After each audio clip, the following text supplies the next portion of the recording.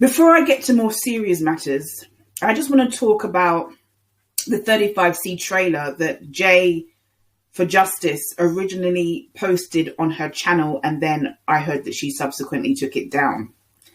So this trailer was total trash. I mean, you start with this music and this atmospheric music, and you see people going through a series of airports, and you see writing, and you see the back of Ronnie's neck, Ronnie Watts, and then everything seems to be running smoothly until Bob Marley shows up. J's for Dreads. I looked behind me and I thought to myself, is that a ghost? She resurrected Bob Marley. I thought Bob Marley was dead. She does dreadlocks better than I do. And I almost thought she was going to start singing Buffalo Soldier, Dreadlocks Rasta. And who on earth is Jordan Reed? J Productions? So the trailer was a total disaster. It was a joke, okay? A total joke. And J is for Dreads looked as high as a kite. And I heard Chinese whispers, rumor, gossip, speculation that she was caught with some green stuff. So she really resurrected Bob Marley. It's been almost 3 years since the Watts family homicides, and for that 3 years, the Watts family have done everything to try and get their son out of prison. And they've tried everything to change public opinion and get the public to side with their version of events. They've never wanted the truth. They wanted to control the dialogue. And, they use people and they discard people, and they use people and they discard people. And, Lana is their latest flavor of the month person. When someone no longer is useful to them, they'll discard and they'll use somebody else or go back and hoover a previous person that they discarded. Now, some people think that, and I've made it clear, I don't believe that Chris Watts has a chance in hell of getting a 35C, any kind of appeal, any kind of relief. That is my opinion. And but the Watts, they're going from one person to the next to try and get this 35 appeal done. And so I was listening to Critical K yesterday. I'm not a fan of Critical K. I think she's two-faced. I think she's a hypocrite. I think she's just as bad as Jay's for Justice in terms of her lack of morals and a lack of credibility. But I do think that she is articulate. I do think she has a level of intelligence. And I do think that she's very engaging. Now, she had Lana on her channel. And Lana was just BSing the whole time. Never answered any question properly. Never answered any question with much detail or much background information. Didn't even give the name of the lawyers that Chris's family have apparently hired to help him. It was actually Critical K who apparently found out that the Watts have paid for lawyers and have paid a large retainer for these lawyers, which I don't believe that anything that Lana says. So it could be true, it may not be true. But as far as I know, either they're running themselves into debt by paying for this, or they used money that they may have gotten from life insurance. I don't know. I don't even know if they got money from life insurance. I don't even know if they've paid anything to begin with. This is just what Lana has said, that they've paid some lawyers a retainer. And for any kind of case like this, it would be a sizable amount of money. Now, they're talking about this website that, Fight for a Family that they have set up, and how it's non-profit, and yet you still have to pay $10 a month for whatever reason. I mean, every single organization needs money to run. So it doesn't matter if you're non-profit or profit, every organization needs money to run. Even Wikipedia, who claims they're non-profit, they need public funding to run. So Whether it's a non-profit or profit, it needs some kind of funding. But here's the deal. You have to, if I was going to set up any kind of organization with a website that has money running through it, I would have to contact Companies House. I would have to get my tax dealings filed. I would have to contact the tax companies so the money that I'm making can be taxed. I couldn't just set up an organization just out of the blue on a whim, say that I'm helping somebody without filing with the relevant governing boards. Every organization, whether you live in the UK or you live in the US, needs a governing board. And Lana never divulged details of how this website and the money running through it is going to be governed. And that is completely and utterly illegal.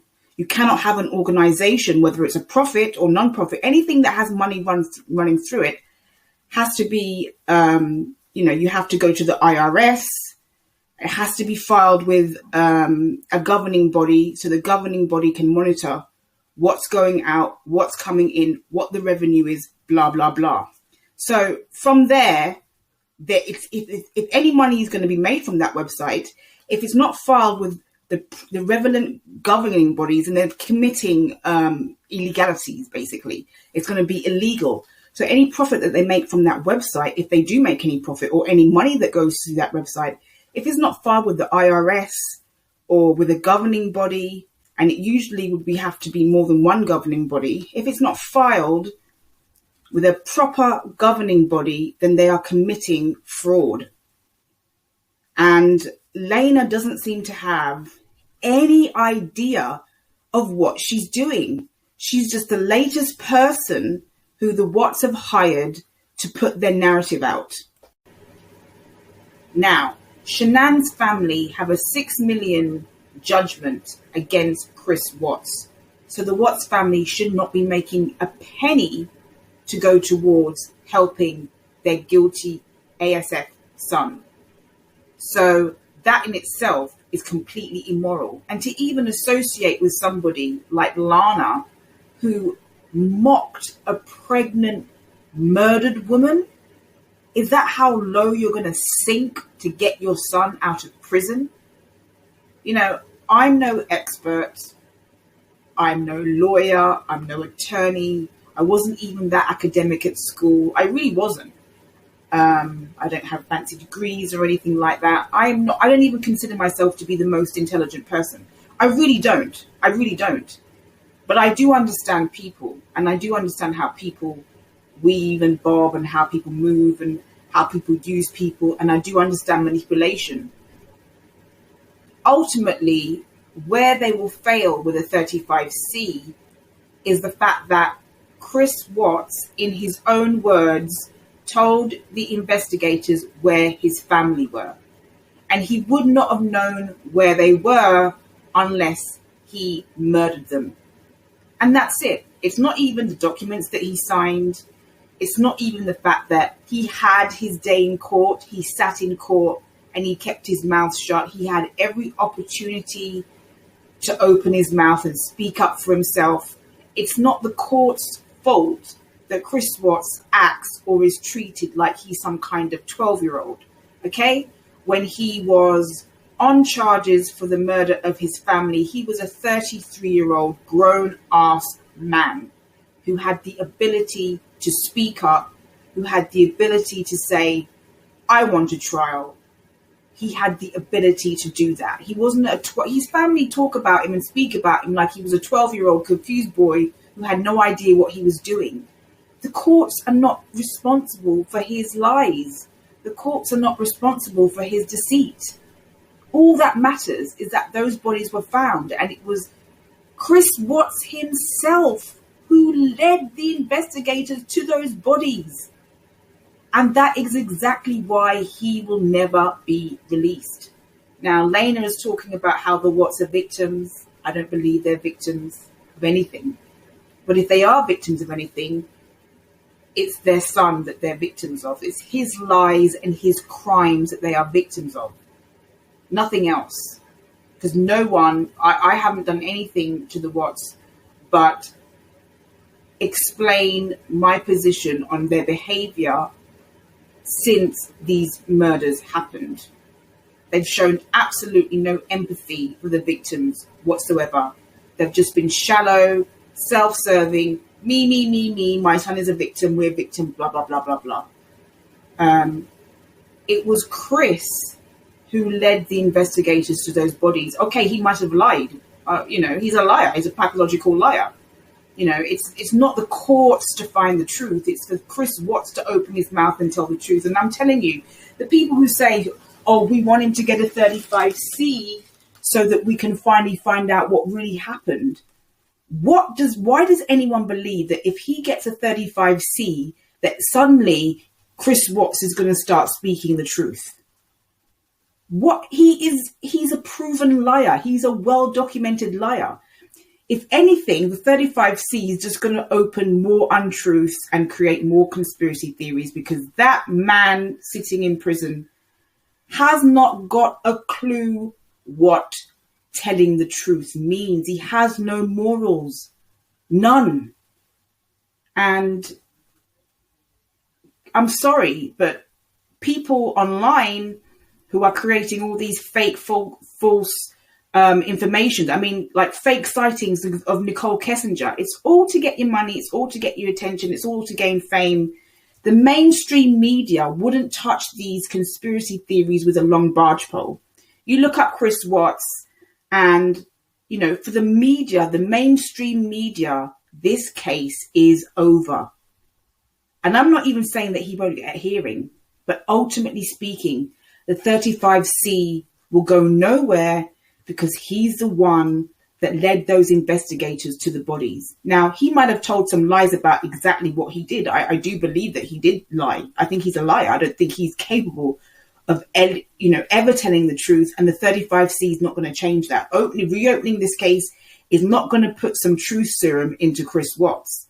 So all these people like Geneva Fan and Plunder, who say that the case should be reopened so we can find truth and finally get justice. He will never tell the truth because he's incapable. He is morally devoid. Okay. And so he will never tell the truth, and getting a 35C will not make him tell the truth. If anything, what you'll get is more lies, because he only cares about saving himself. He never cared about his family.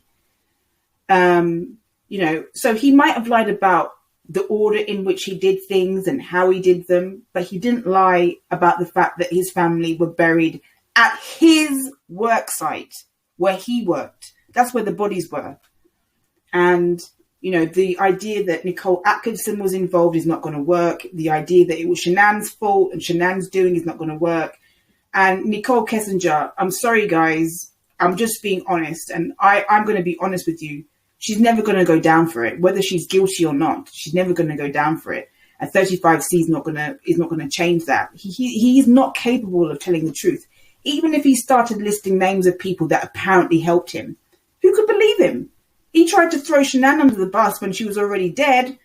He tried to say that she did it, and he was lying. So why does anyone think that if he starts giving the names of apparent people or alleged people who did this or who helped him, why do people think that he would be telling the truth? He's not capable of telling the truth.